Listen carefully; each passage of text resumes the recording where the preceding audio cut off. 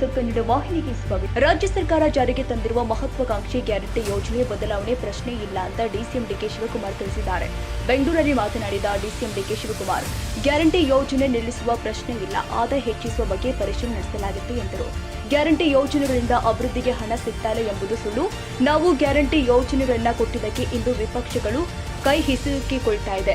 Guarantee ಯೋಜನೆಗಳ ಬದಲಾವಣೆ ಪ್ರಶ್ನೆ ಇಲ್ಲ. ಸರ್ಕಾರದ 5 ಗ್ಯಾರಂಟಿ ಯೋಜನೆಗಳು ಕೂಡ ಮುಂದುವರಿಯುತ್ತೆ, ಯಾವುದೇ ಅನುಮಾನವಿಲ್ಲ ಎಂದರು. ಕರ್ನಾಟಕ ರಾಜ್ಯದಲ್ಲಿ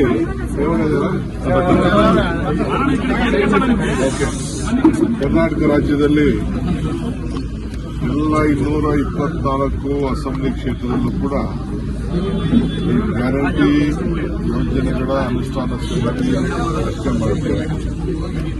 ರಾಜ್ಯ ಮಟ್ಟದಲ್ಲಿ ರೇವಣ್ಣವರು ಮತ್ತು ಉಪಾಧ್ಯಕ್ಷರನ್ನ ನೇಮಕ ಮಾಡಿದ್ದಾರೆ.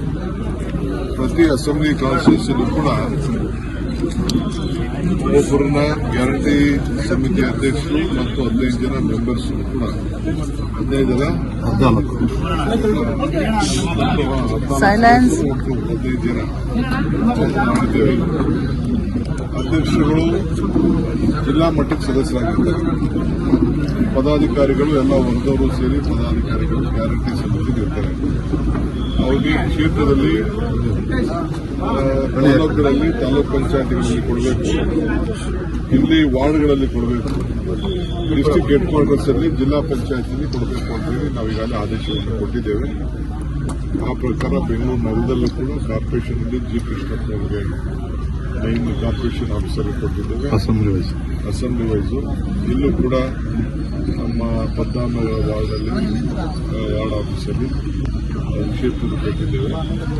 ಅವರು ಎಲ್ಲ ಅನುಷ್ಠಾನವನ್ನು ಜಾರಿಗೊಳಿಸಲಿಕ್ಕೆ ಜನರಿಗೆ ಸಮರ್ಪಕವಾಗಿ ಕ್ಲೀನಾಗಿ ಡೈರೆಕ್ಟ್ ಬೆನಿಫಿಟ್ ಟ್ರಾನ್ಸ್ಫರ್ ಏನಾಗಬೇಕು, 5 ಗ್ಯಾರಂಟಿಗಳನ್ನು ತಲುಪಬೇಕು ಪಾರದರ್ಶಕವಾಗಿ.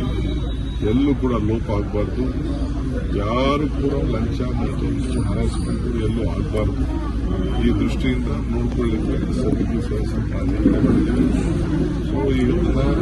ಫೋನಿಂದ ಇಡಿ ಎಲ್ಲ ಕಡೆ ಇಡೀ ರಾಜ್ಯದಲ್ಲಿ ಕಮಿಟಿಗಳು ಪ್ರಾರಂಭ ಮಾಡಿ, ಕಚೇರಿಗಳು ಪ್ರಾರಂಭ ಮಾಡಿ ಜನರಿಗೆ ಮಧ್ಯ ಅವರು ಕೆಲಸವನ್ನು ಮಾಡಬೇಕು. ಸರ್, ಗ್ಯಾರಂಟಿ ಯೋಜನೆಗಳಿಗೆ ಕತ್ತರಿ ಹಾಕಬೇಕು, ಪರಿಷ್ಕರಣೆಯನ್ನು ಮಾಡಬೇಕು ಅನ್ನುವಂತಹ ಒಂದಷ್ಟು ಮನವಿಯನ್ನ ಸಚಿವರುಗಳು ನೀಡಿದ್ದಾರೆ. ನಿನ್ನೆ ನಾನು ಪ್ರಜಾವಾಣಿ ಪೇಪರ್ ನೋಡಿದೆ, ಅದೆಲ್ಲ ಸುಳ್ಳು.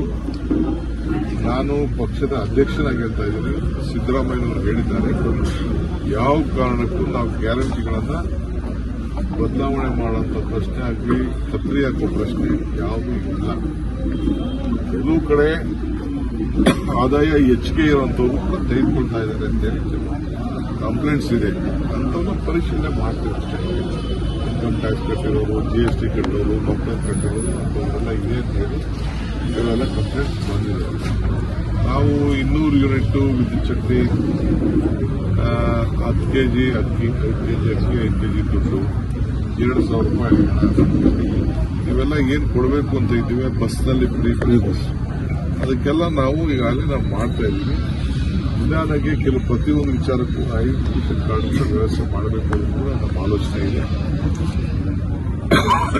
ಪರಿಸ್ಥಿತಿ ನೋಡಿ ನಮ್ಮ ಸಮಿತಿಯವರು ಅದನ್ನು ತೀರ್ಮಾನವನ್ನು ಮಾಡ್ತಾರೆ. ಈಗೇನು 56,000 ಕೋಟಿ ರೂಪಾಯಿ ಬಜೆಟ್ನಲ್ಲಿ ಸಿದ್ದರಾಮಯ್ಯ ಸರ್ಕಾರ ಈಗಾಗಲೇ ಅದನ್ನು ಮೀಸಲಾಗಿಟ್ಟಿದೆ. ಆಮೇಲೆ ಬಸ್ನಲ್ಲೂ ಪ್ರಯಾಣ ಮಾಡ್ತಾ ಇರೋಂಥವ್ರು ಕೂಡ ಹೆಚ್ಚಿಗೆ ಬಸ್ಸನ್ನು ಕೂಡ ರಾಮಲಿಂಗಾರೆಡ್ಡಿ ಅವರು ಈಗಾಗಲೇ 1000 ಬಸ್ಗಳನ್ನು ಪರ್ಚೇಸ್ ಮಾಡಿದ್ದಾರೆ. ಸೊ ಎಲ್ಲ ಅದರಿಂದ ಶಕ್ತಿ ಕೂಡ ಜಾಸ್ತಿ ಆಗಿದೆ, ಪ್ರವಾಸ ಜಾಸ್ತಿ ಆಗಿದೆ, ದೇವಸ್ಥಾನಕ್ಕೆ ಹೋಗ್ಬಿಟ್ಟು ಜಾಸ್ತಿ ಆಗಿದೆ, ನಂತರ ಭೇಟಿ ಆಗಿದೆ, ವಹಿವಾಟು ಕೂಡ ಎಲ್ಲ ನಡೀತಾ ಇದೆ. 1 ಕೋಟಿ ಅವೆಲ್ಲ ಸುಳ್ಳು, ಅದೆಲ್ಲ ವಿರೋಧ ಪಾರ್ಟಿಯವ್ರದ್ದು.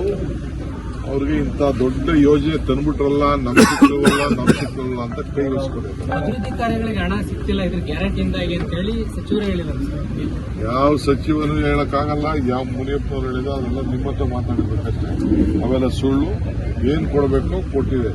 26,000 ಕೋಟಿ ಕೃಷ್ಣ ಬಜೆಟ್ ಇದೆ, 26,000 ಕೋಟಿ ಈ 3 ಲಕ್ಷ ಎಲ್ಲರೂ ತಾಜಾ ಸುದ್ದಿಗಾಗಿ MTV News 24/7 ಗೆ ಸಬ್ಸ್ಕ್ರೈಬ್ ಮಾಡಿ ಮತ್ತು ಬೆಲ್ ಐಕಾನ್ ಅನ್ನು ಒತ್ತಿ ತಪ್ಪದೇ ಲಿಂಕ್ ಶೇರ್ ಮಾಡಿ.